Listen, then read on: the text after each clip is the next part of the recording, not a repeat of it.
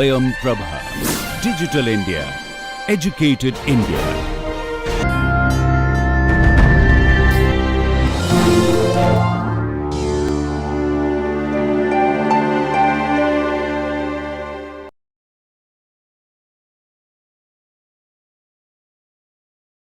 So what is the time required for performing floating point addition, performing floating point multiplication?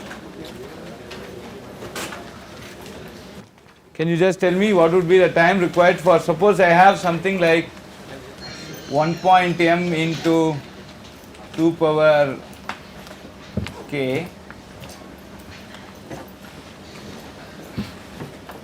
and 1.n into 2 power r, represented in IEEE 754 format. What it means to add and what it means to multiply this.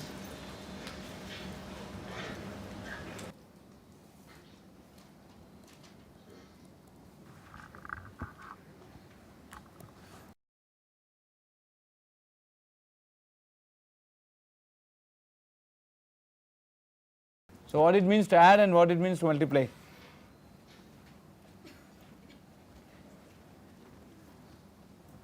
So how do you add two numbers in this format? So forget IEEE 754. How do you add these two? Huh? Make them as the same exponent. How do you make them as the same exponent? Make the lower one match the higher. Huh? Make the one with less 2 power thing match the one with higher ones. We have to convert it. Okay. So how do you do that? Yeah, that's what is said by matching. So how do you do that? This is K and this is R.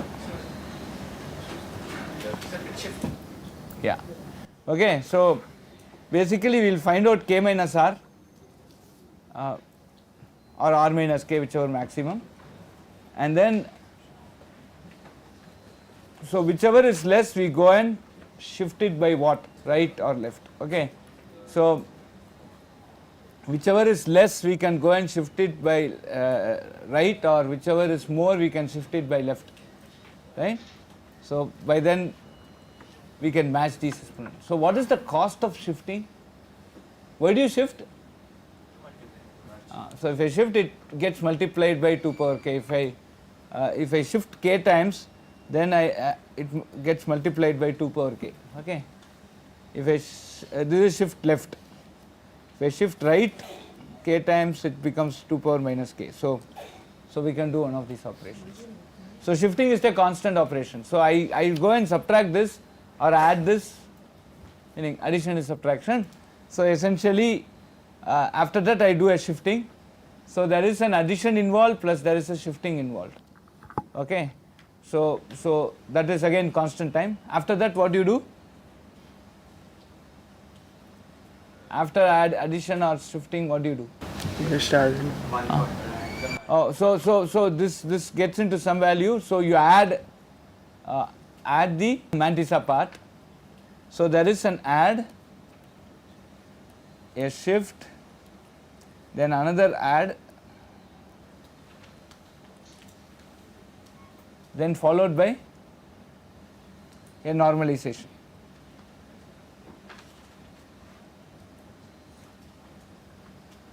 Okay. So we need to normalize and bring it to some 1 dot k into some 2 power KLM, 1 dot L into 2 power whatever, max of KR or min of KR. So we have to do that. So note that a floating point addition also involves only addition, integer addition, right. So these two adds are integer adds, right, because I can treat them as integer and do the addition. Okay. So how do you multiply? Same, we'll multiply separately. How do you? Watch this part separately and then add those both. Add the exponent. Add K plus I. Add the exponent and multiply the mantissa. multiply M into N. multiply mantissa, add exponenta, Yes, sir. Then add whatever from mantissa we'll have to shift. and normalize. That's all? Is that it? Or something more? So it's 1 plus mantissa. Huh? Is mantissa itself considered as 1.m or? Yeah, 1.m, whatever, that value. So I multiply mantissa, add exponent, then normalize. Huh? Adjust sign bit, okay. That's all? Did you revise? Check overflow. That's okay. Well within the limit. Did you go and read IEEE 754, whatever I taught that day? Is this correct or something wrong in this multiplication?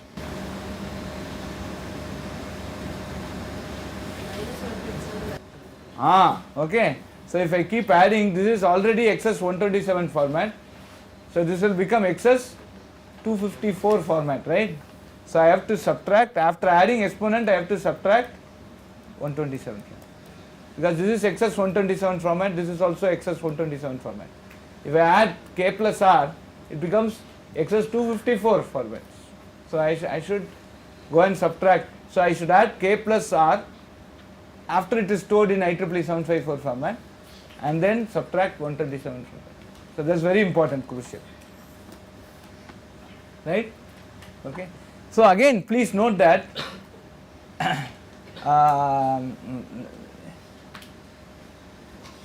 the multiplication also, so this is integer multiplication, this is integer addition and then normalization.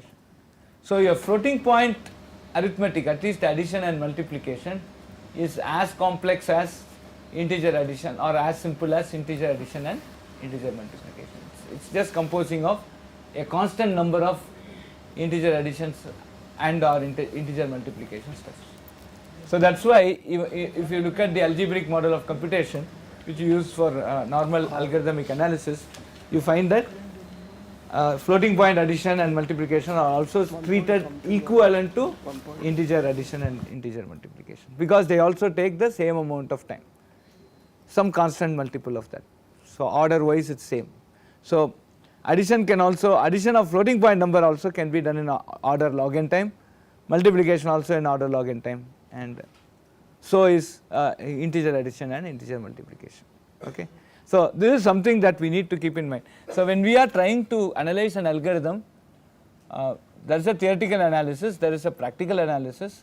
So when we do the practical analysis, or even when we perform a theoretical analysis of an algorithm which you are supposed to implement and show good speed up, now these are the things that, these are some small bits that we'll talk about lot of things as you proceed in this BTech curriculum.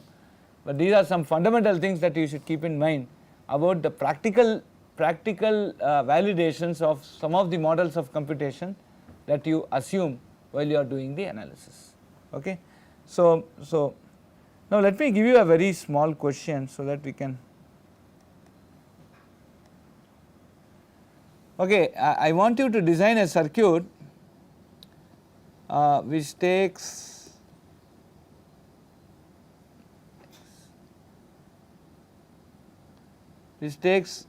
n bit number x as input and another select bit y, right. If y equal to 0, I need the output to be 2x. If y equal to 1, I need the output to be 2x plus 1.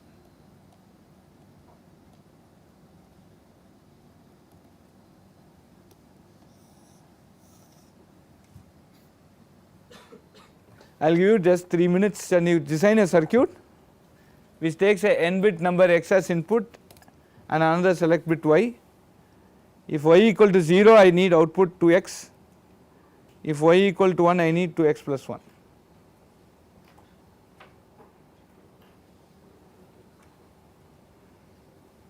how many gates. I want you to design a circuit with we have been talking of minimization, right, which will use minimum number of gates. X is a n bit number. What is the number of gates finally? Okay.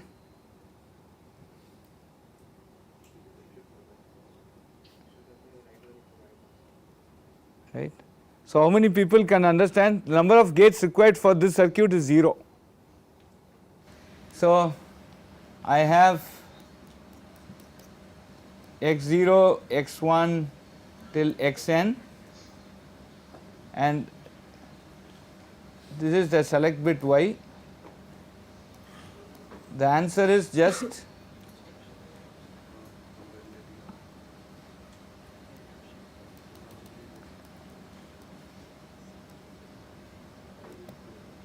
this is the n plus 1. So when y is 0, you get 2x, it's just left shifted, so you just shift it by 1 bits, that's all, right. So there are many interesting questions like this which will require 0 gates, okay. So we will discuss as we proceed in this course. Okay, this is one very simple example which many placement companies ask in their interview. Okay, so fine. Okay, thanks.